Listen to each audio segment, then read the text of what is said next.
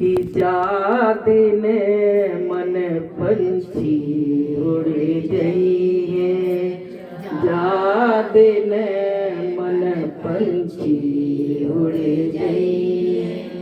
बात में तेरे तन तरवर के, बात में तेरे तन तरवर के, सब ही पात झर जाइए, सब ही पात झर जाइए।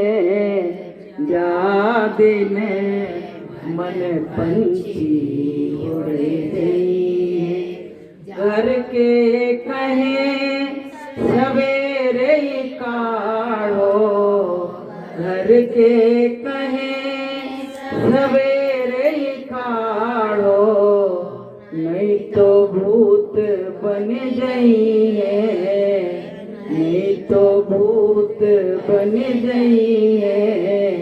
जा दिन मन पंछी उड़ जाइए, जा दिन मन पंछी उड़ जाइए। जिस दिन जीवात्मा इस शरीर से निकल जाएगी तो ना रात देखी जाएगी ना दिन देखा जाएगा, उसको ले जाके और बरगद की धरोहर बना दिया जाएगा। तो प्रेमियों, हम लोग कौन से उसमें बैठे हैं? हम लोगों को मन में ये आती है, अरे वो फलाना तो गिर के मरा, उसके कैंसर हो गया, उसको डायबिटीज हो गई इसलिए मर गया। नहीं, गुरु महाराज ने कहा था कि हिले रोजी और बहाने मौत, मौत बहाना करके आती है, ये हमेशा ध्यान रखना। बाबा क्या कह रहे थे? वो अम्मा मिली, कल उठावनी में गए थे, अम्मा कह रही हो, कह रहे जे बबूर काट के ने दरवाजे पे लकड़ी लगा दे ताकि जानवर नहीं आए। आप बताइए। फिर बोले फिर वहां चलेंगे ग्वालियर, और ग्वालियर तो वृंदावन बन चुका है क्योंकि वहां बराबर सत्संग होते रहते हैं। बताइए, पहले उनकी इतनी अच्छी भावना, मतलब ग्वालियर को उनने वृंदावन बना दिया। बताइए, और उनको क्या सोच रहे थे कि ये पेड़ के पास हम जा रहे हैं, हमारी मौत खड़ी है।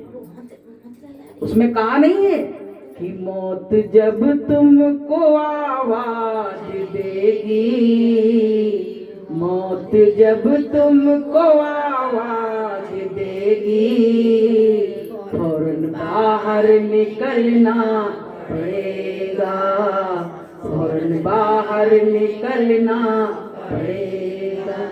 जिंदगी एक किराए का घर है, जिंदगी एक किराए का घर है, एक ना एक दिन निकलना पड़ेगा, एक ना एक दिन निकलना पड़ेगा। जिस समय आवाज देगी, चाहे दिन हो चाहे रात हो। तो प्रेमियों, हमको भी अब सतर्क होने की जरूरत है। अभी मास्टर जी ने कहा ना, आलस नहीं करो, अब तो बिल्कुल विदाई की बेरा चल रही है। जैसे जब लड़की की विदाई का टाइम आ जाता है ना, तो कहते जल्दी करो जल्दी करो। ऐसे जो शरीर अब वृद्धावस्था की तरफ जा रहा है, लोग जवानी में ही जा रहे हैं।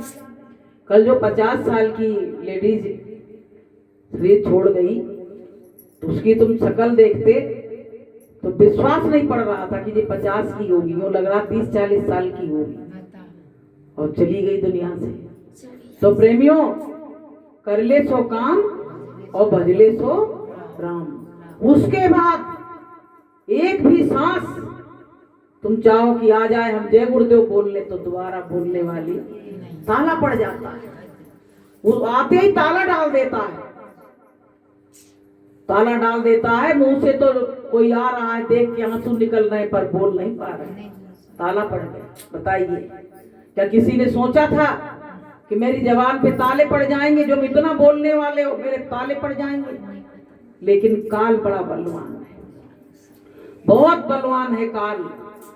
तो प्रेमियों, गुरु महाराज कहते हैं कि काल का पिंजड़ा है, काल और माया की लड़ाई चल रही है, काल माया की लड़ाई चल रही है। अब संत उसको उलझन को कम करने के लिए आए हैं।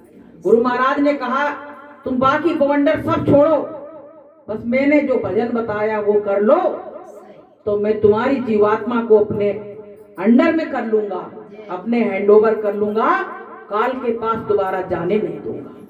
बोलिए प्रेम से। तो प्रेमियों, ये पिंजड़ा माटी का था, जल गया। पूछो बाबा कहाँ गए, तो राख का भी पता नहीं होगा कि राख कहाँ गई है। ऐसे हमारी तुम्हारी सबकी गति होने वाली, सबकी गति होने वाली। तो प्रेमियों, संतों की बात कि पल पल संत तुम्हें समझाएं, ज्ञान की बात बताएं, समय क्यों खो रहा है, समय क्यों खो रहा है। पल पल संत तुम्हें समझाएं, हीरा जन्म गंवाए, समय क्यों खो रहा है, समय क्यों खो रहा है।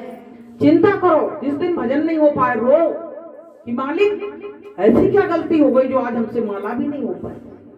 जब रोगे, बिलखोगे, चिल्लाओगे तो दीन दयाल दया करेंगे।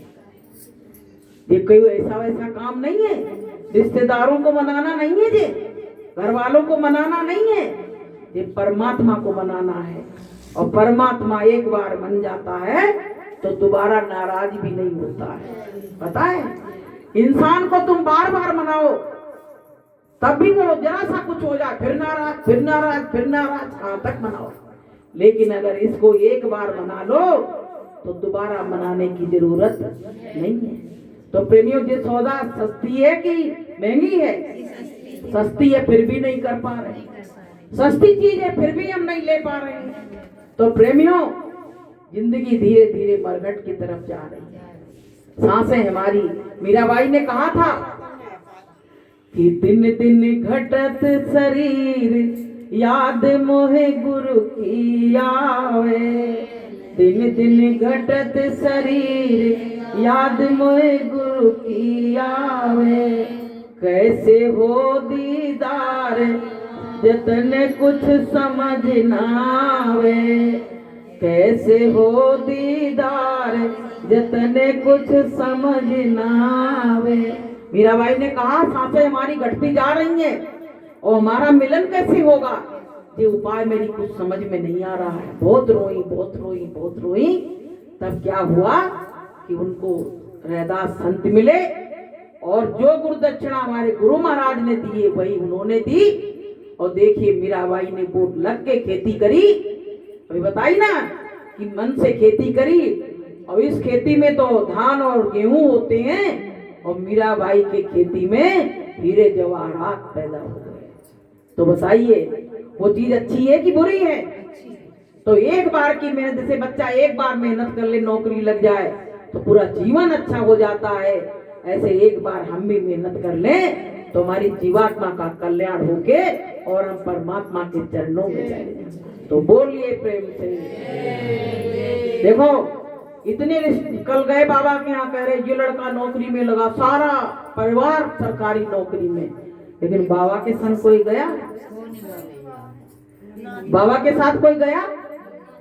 और बाबा जे प्रार्थना गाते थे कि सतगुरु भैया पकड़ो मेरी, यही प्रार्थना गाते थे और यही बैठते थे। ये जगह बाबा की, यही जगह है, पहले आके बैठ जाते। लेकिन देखिए, आज उनकी अच्छाई को तो हम याद कर रहे हैं। अगर बाबा लड़ते झगड़ते किसी से तो कौन याद करता बाबा की?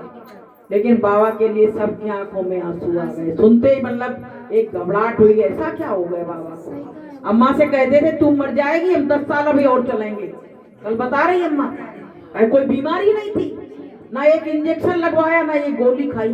बताइए, इतनी उम्र में तो स्वस्थ थे ना। तो प्रेमियों, ये शरीर का भरोसा मत करो, उसमें कहा नहीं क्या भरोसा है इस जिंदगी का, और साथ देती नहीं है किसी का। इस काया पे हमको बड़ा घमंड है और ये काया हमारा साथ देने वाली नहीं है।